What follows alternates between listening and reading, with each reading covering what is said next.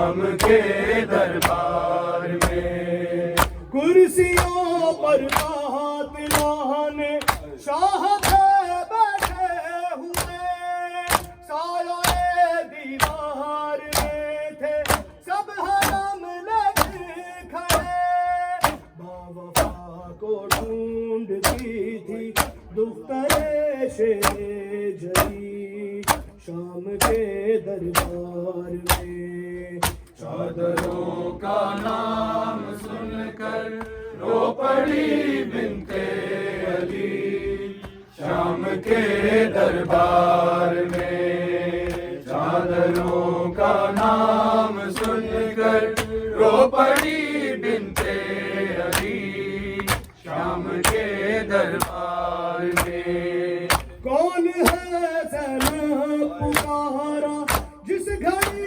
فرعون کا ہائے غربت کہہ کے اٹھا تھا میرا قدیمہ اشک کے خون رو رہا تھا شاہ کا بیٹاری شام کے دربار میں چادروں کا نام سن کر رو پڑی بنت علی شام کے دربار میں چادروں کا نام سن کر رو پڑی بنت علی شام کے دربار میں واحدہ کہہ رہی تھی سیدہ کی لاڈلی شام کے دربار میں چادروں کا نام سن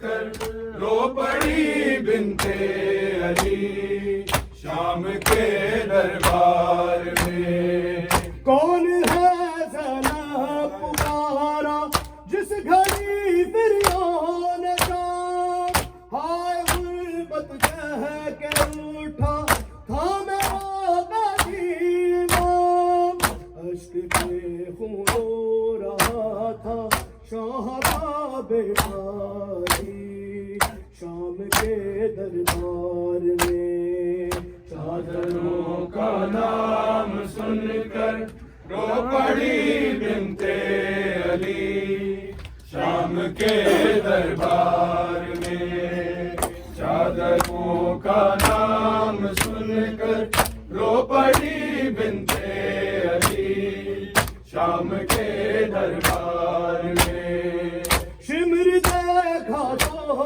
سکینہ سہم پر رونے لگی دور ہو جا شمر فضا چیخ کر کہنے لگی خوف سے مرجھا رہی ہے باغ عصمت کی کلی شام کے دربار میں چادروں کا نام سن کر رو پڑی بنت علی شام کے دربار میں چادروں کا نام سن کر رو پڑی بنت علی شام کے دربار میں واحدہ کہہ رہی تھی سیدہ کی لاڈلی شام کے دربار میں چادروں کا نام سن کر رو پڑی بنت علی شام کے دربار میں چادروں کا نام سن کر رو پڑی بنت علی شام کے دربار میں شمر دیکھا تو سکینہ سہم کر رونے لگی دور ہو جا شمر فضا چیخ کر کہنے لگی خوف سے مرجھا رہی ہے باغ عصمت کی کلی شام کے دربار میں چادروں کا نام سن کر رو پڑی بنت علی شام کے دربار میں چادروں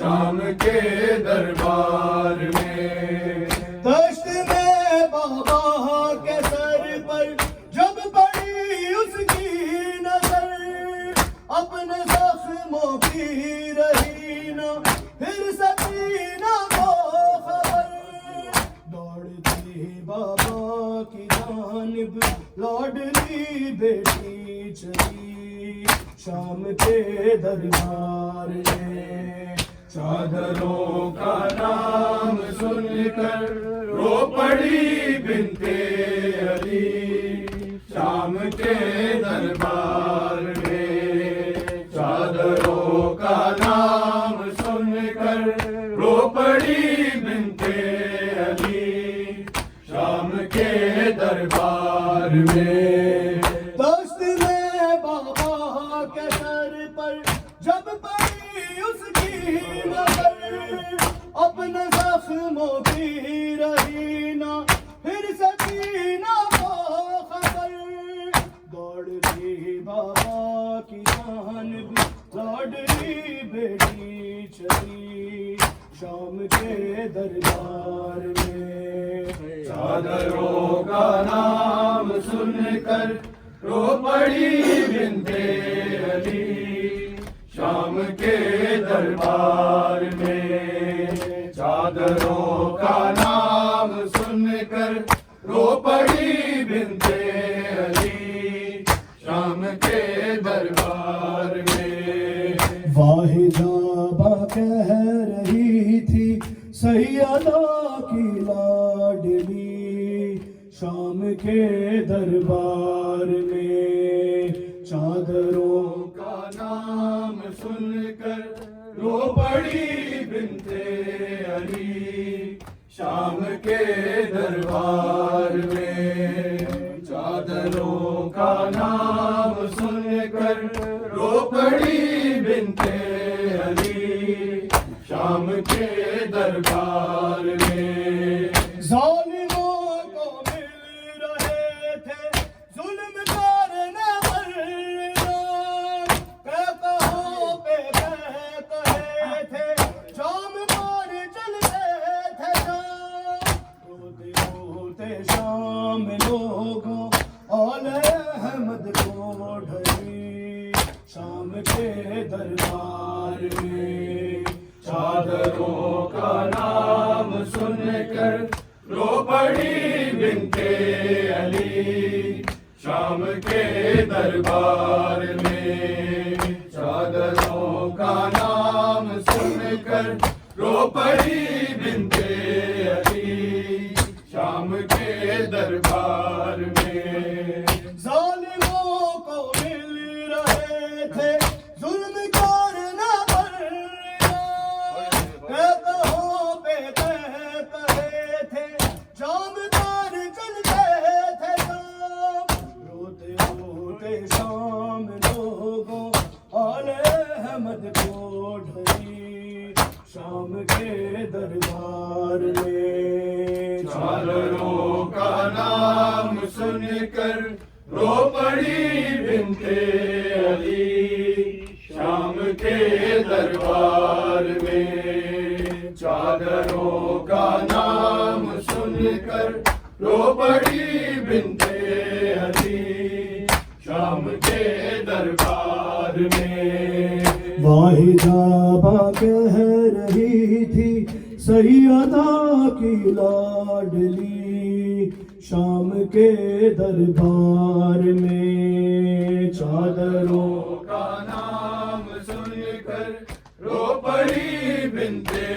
علی شام کے دربار میں حکم حاکم نے سنایا مار دو بیمار کو اس جگہ ہی قحط کر دو قافلہ سالار کو گر پڑی عابد کے اوپر ہائے نازوں سے پری شام کے دربار میں چادروں کا نام سن کر رو پڑی بنت علی شام کے دربار میں چادر چادروں کا نام سن کر رو پڑی بنتے علی شام کے دربار میں.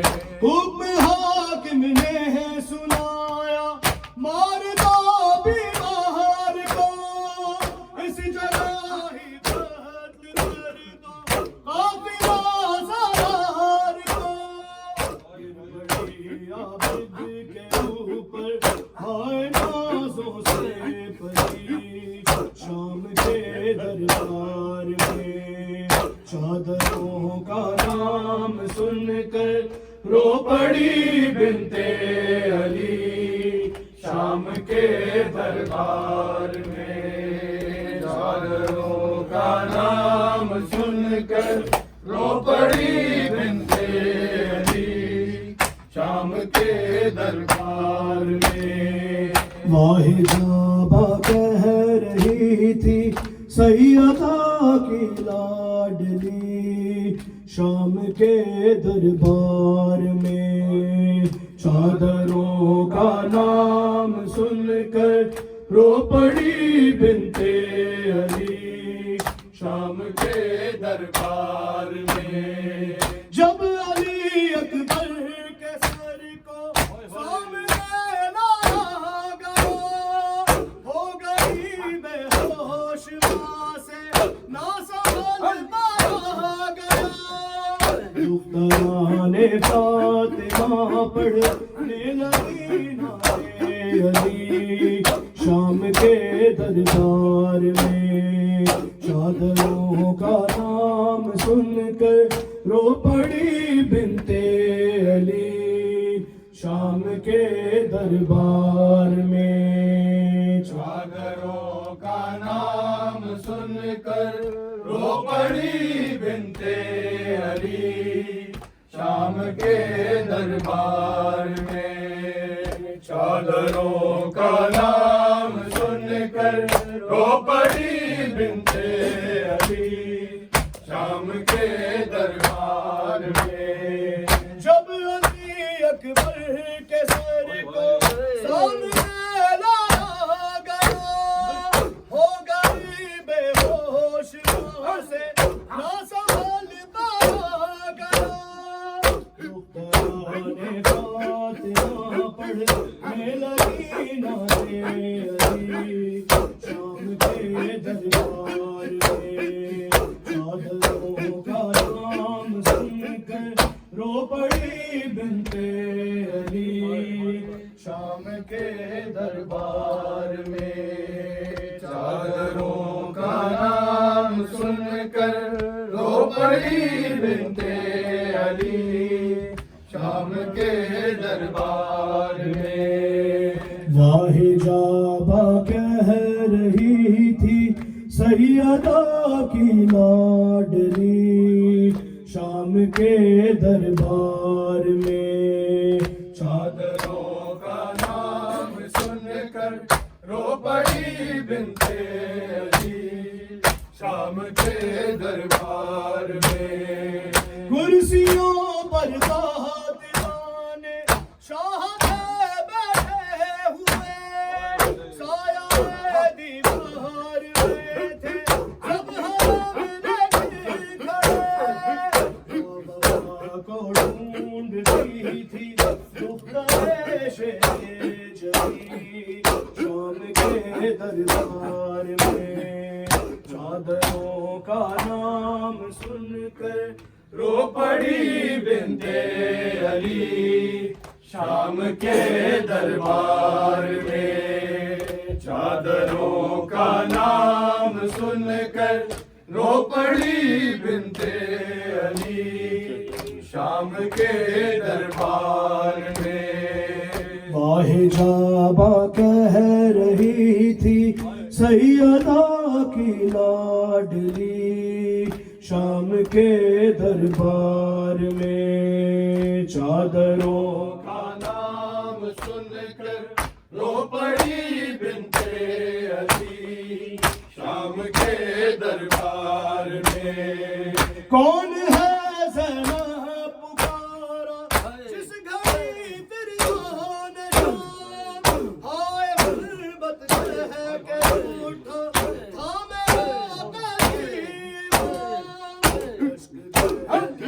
رو رہا تھا صحابہ بیداری شام کے دربار میں چادروں کا نام سن کر رو پڑی بنت علی شام کے دربار میں چادروں کا نام سن کر رو پڑی بنت علی شام کے دربار میں واہ جابا کہہ رہی تھی سیدہ کی لاڈلی شام کے دربار میں چادروں کا نام سن کر رو پڑی بنت علی شام کے دربار میں حکم حاکم نے سنایا مارنا بیمار کو اس جگہ ہی قتل کر دو قافلہ سالار کو پھر بڑی عابد کے اوپر ہائے نازوں سے پری شام کے دربار میں چادروں کا نام سن کر رو پڑی بنت علی شام کے دربار میں چادروں کا نام سن کر رو پڑی بنت علی شام کے دربار میں واہ جابا کہہ رہی تھی سیدہ کی لاڈلی شام کے دربار میں چادروں کا نام سن کر رو پڑی بنت علی شام کے دربار میں زینب کبریٰ نے ہو گئی جس گھڑی خود بہا دیا ہائے تو پیر عابد کا بدن تھا کانپتا ہتھ گھڑی پر مارتا تھا سروری ابن ولی شام کے دربار میں